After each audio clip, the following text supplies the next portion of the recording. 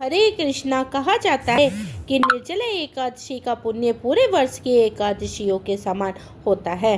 पर क्या आपने कभी सोचा है कि ऐसा क्यों? ऐसा कौन सा रहस्य है जो इस दिन को इतना महत्वपूर्ण बना देता है? अब जल ही जीवन है, तब उस जल का त्याग क्यों? इसका उत्तर साधारण नहीं है। यह वह दिन है जब आत्मा शरीर पर विजय पाती है।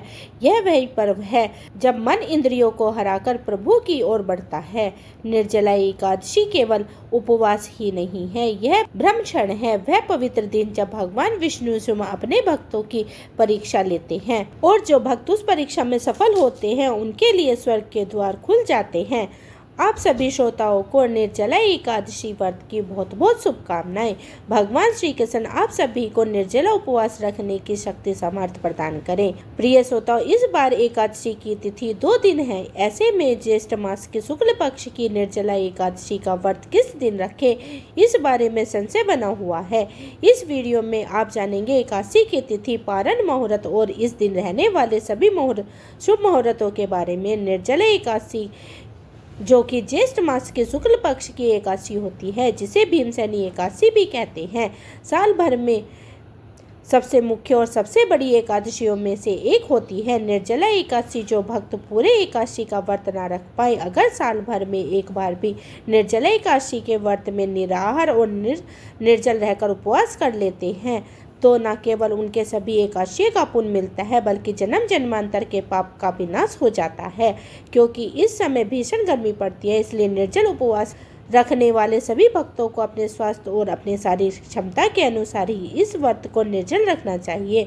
और जो भी भक्त निर्जल या निराहार नहीं रह पाते, वे इस व्रत में जल, फल और दूध का या सात्विक फलाहार का सेवन भी कर सकते हैं। इस बार 6 जून दिन शुक्रवार की सुबह यानी तड़के के 2:16 से एकादशी तिथि प्रारंभ होगी। देखा जाए तो यह 5 जून गुरुवार के मध्य रात्रि का समय रहेगा और एकादशी तिथि का समापन होगा 7 जून शनिवार की सुबह 4:47 पर, यानी 6 जून शुक्रवार को पूरा दिन ही एकादशी तिथि रहेगी। और इसी तरह से अगर देखा जाए तो 5 जून गुरुवार को 10वीं तिथि के नियमों का पालन किया जाएगा। और इस बार हिंदू पंचांग के अनुसार 6 जून शुक्रवार को एकादशी जो कि सामर्थ्य एकादशी रहेगी, जिसमें सभी गृहस्थ जन उपवास रख सकते हैं।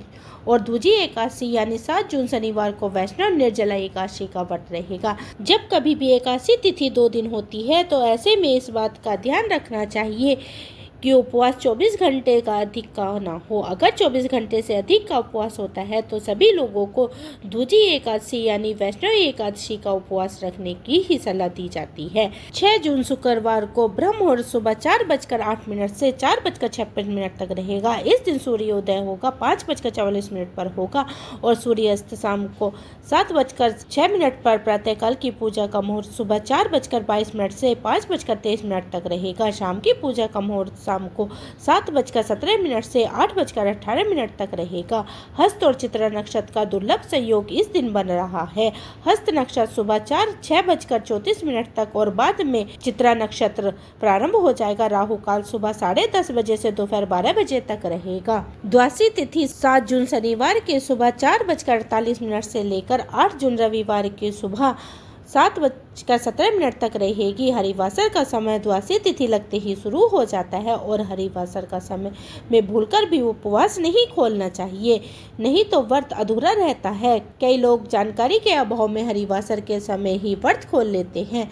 7 जून शनिवार को ब्रह्म मुहूर्त सुबह 4:08 से लेकर 4:56 तक रहेगा। इस दिन सूर्योदय होगा सुबह 5:44 पर और सूर्यास्त होगा शाम को 7:07 पर। प्रातःकाल की पूजा का मुहूर्त सुबह 4:22 से लेकर 5:23 तक रहेगा। गोधूली मुहूर्त शाम को 7:16 से 7:36 तक रहेगा। राहु काल सुबह 9 बजे से 10:30 बजे तक रहेगा। हरिवासर का समय 6 जून शुक्रवार की सुबह 11:25 तक समाप्त हो जाएगा। ध्यान रखिए इस बार 6 जून शुक्रवार को भद्रा भी लग रही है। भद्रा दोपहर में 3:31 से लेकर अगले दिन यानी 7 जून की सुबह 4:47 तक रहेगी और भद्रा का वास पाताल लोक में रहेगा। अब जो लोग भी 6 जून शुक्रवार को निर्जला एकादशी का उपवास रखेंगे, उन्हें 7 जून शनिवार शनिवार को ही दोपहर 1:44 से 4:31 के बीच में अपना व्रत खोलना होगा। और जो लोग 7 जून शनिवार को निर्जला एकादशी का व्रत रखे, उन्हें 8 जून रविवार की सुबह 5:23 से 7:17 के बीच में व्रत खोलना होगा। ध्यान रखिए, 7:17 तक द्वादशी तिथि समाप्त हो जाएगी। जब भी एकादशी का व्रत 2 दिन पड़ती है तो दूसरे दिन वाली एकादशी का महत्व अधिक हो जाता है। ऐसे में सलाह दी जाती है कि आप सभी को दूसरी एकादशी का व्रत करना चाहिए। 10वीं तिथि के नियमों का पालन आप एकादशी के ठीक 1 दिन पहले ही करें। 2 दिन एकादशी का व्रत है, लेकिन आप जिस दिन स्वयं व्रत रखें हो, केवल उसी दिन आपको तुलसी में जल अर्पित नहीं करना है। बाकी दिनों में आप तुलसी में जल अर्पित कर सकते हैं। ये थी आज की जानकारी। उम्मीद करती हूँ आज की जानकारी आपको पसंद आई होगी।